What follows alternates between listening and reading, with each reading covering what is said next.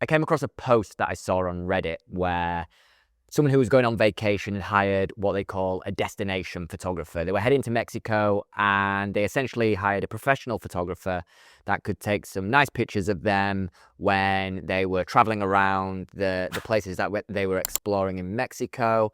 And what seems to have been a good shoot has kind of turned out into a little bit of drama. And a lot of people have been putting their two pence in terms of what they think happened here with this photographer, and I just want to share mine. So what happened is the clients had the images, and at the end they've naturally asked how long they should expect to wait for the images to come through, and the photographer has told them up to 3 weeks in terms of what the shoot is. Now this is a mini shoot, so I think it lasted around about 45 minutes. In fact, I think the client cut it at half an hour because they had a baby with them and the baby was having baby things, so they cut it short. So this isn't going to be a super large batch of images. However, if the photographer is very well booked, then the whole editing process can take a little bit of time, and if the deadline is up to 3 weeks, then that's what it is. However, the person writes here that the 3-week mark came and it's absolute crickets. There's no images whatsoever, and they had to actually reach out to the photographer. Now this is the first problem which we should address. And before I get into it, if I could just ask you to like this video, that'd be great, because it really helps with the algorithm and it gets more eyes on the content. But where the photographer's gone wrong here is if they aren't able to meet their given deadline of 3 weeks, which can happen. It's not ideal, but it can happen for a plethora of reasons, sickness or misjudging their workload. Again, none of it's great, but it can happen.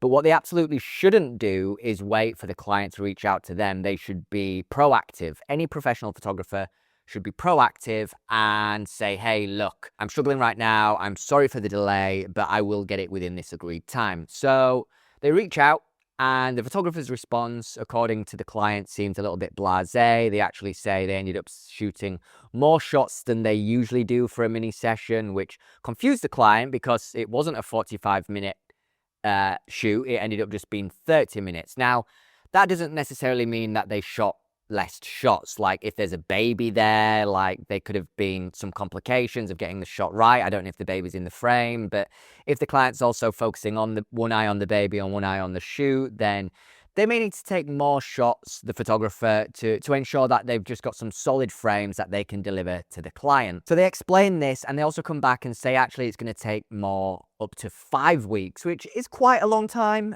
But again, you know, who knows what's going on in terms of the workload.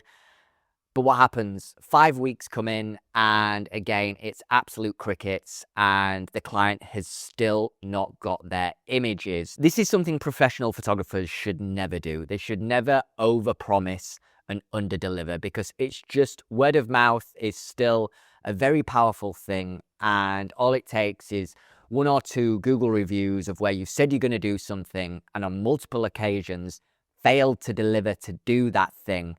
And if those reviews go to the top of Google, honestly, it could just end up more than likely that potential clients just go, not messing with that. Even if you do it once and you've got 99.9% good reviews, that one bad review of where you haven't acted appropriately and professionally can not necessarily destroy your full business, but it can hamper it, and that's going to impact your revenue. So this is absolutely not a way to deal with a client. If you are someone who's starting their professional career, sometimes things can go wrong, but clients will judge how you react to situations more than anything. And if you're not doing it in the correct way, the easy way, in fact, of just reaching out and explaining yourself, then you're going to create more hurdles, and you'll have a client here who's now gone on Reddit. Now, they've not named the photographer, which the photographer should feel grateful for, but it doesn't mean that others won't. And social media, Google reviews, they can absolutely, as I say, destroy a business. So always be on top of your communication more than anything, because someone's paying for your services and they don't like to feel like they're being fooled or disrespected when they've hired you with hope that they can trust you.